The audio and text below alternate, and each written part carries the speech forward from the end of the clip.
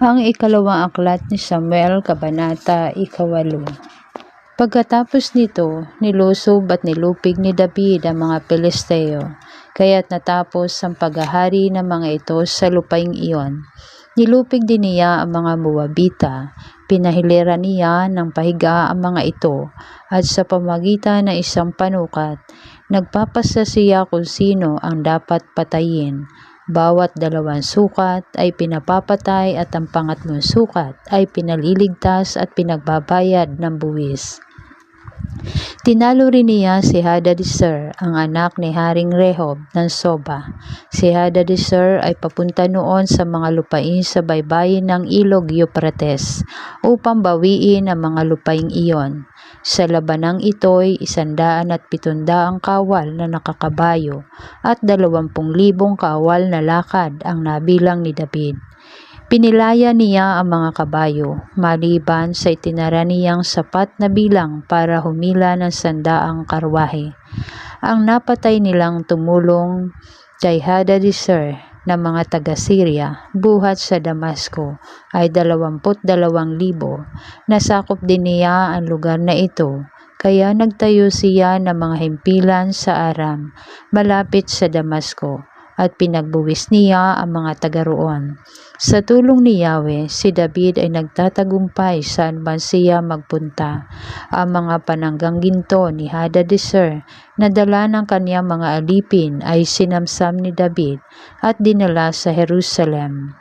Marami rin siyang nasamsam na tanso sa Beta at Berotay, mga lungsod ni Hadadezer. Nang mabalitaan ni Haring Toy ng Hamat na tinalo ni David ang buong hukbo ni Hadadezer, sinugo niya ang kanyang anak na si Horam upang batiin si David, sapagkat si Hadadezer ay matagal ng kaaway ni Toy. Dinalhan siya ni Horam ng mga sisidlang pilak, ginto at tanso. Inilaan ni David ang mga ito para sa pagsamba kay Yahweh, kasama ng ginto at pilak na sinamsam niya sa mga bansang kaniyang nilupig, sa Edom, sa Moab, sa Ammon, at sa Pilistia, at sa Amalek, at sa bahagi ng na nasamsam kay Hadadezer, anak ni Rehob na hari ng Suba. Si David ay lalong natanyag nang mapatay niya ang 18,000 Edomita sa libis ng asin, at bago siya bumalik, nagtayo muna siya ng mga himpilan sa buong Edom at naging alipin niya ang lahat ng mamamayan doon. Pinagtagumpay ni Yahweh si David saan man siya. Naghari si David sa buong Israel, ipinatupad niya ang batas at pinairal ang katarungan. Ginawa niyang pinuno ng hukbo si Joab na anak ni Seruias, si Jehoshaphat naman na anak ni Alihod ang kalihim ng pamahalaan, si Sadok namang anak ni Ahitob, at si Ahimelech na anak ni Abiatar ang mga pari. Ang tagapagtala at nag-iingat ng lahat ng kasulatan ay si Seraya. Si Binayas na anak ni Hoida ang pinamahala niya sa mga bantay na Kereteo at Piliteo. Ang mga lalaking anak ni David ay nagsilbering mga pari. Kabanata 9. Misay nagtanong si David, mayroon pa bang nalalabi sa sambahayan ni Saul? Gusto kong ipadama sa kanya ang aking kagandahan loob alang-alang kay Jonathan.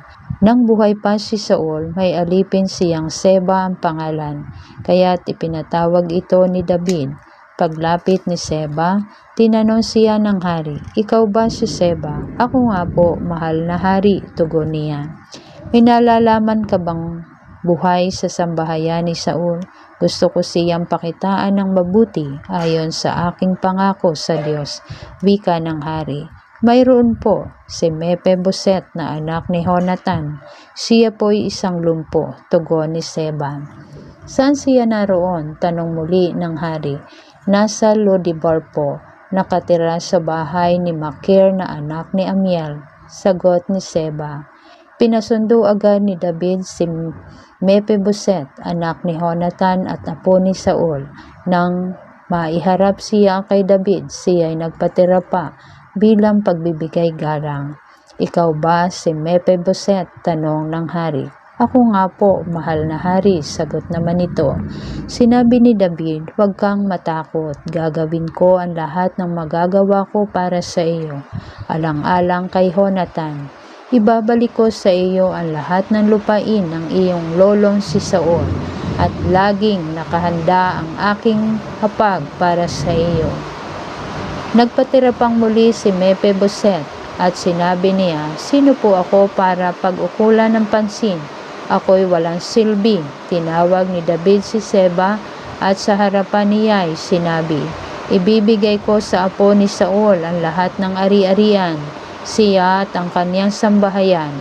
Kayo po ng iyong mga anak at mga alipin ang magbubungkal ng kanyang lupain. Aalagaan ninyong mabuti upang mag-ani ng sagana at magkaroon ng sapat na pagkain ang sambahayan ng iyong Panginoon. Ngunit si Mephiboset ay sa akin sasalo ng pagkain. Ang mga anak ni Seba ay 15 at 20 ang kaniyang mga alipin. Sumagot si Seba, masusunod pong lahat ang utos ninyo, kamahalan. At mula nooy kasalo na David si Mephiboset upang tunay na anak niya.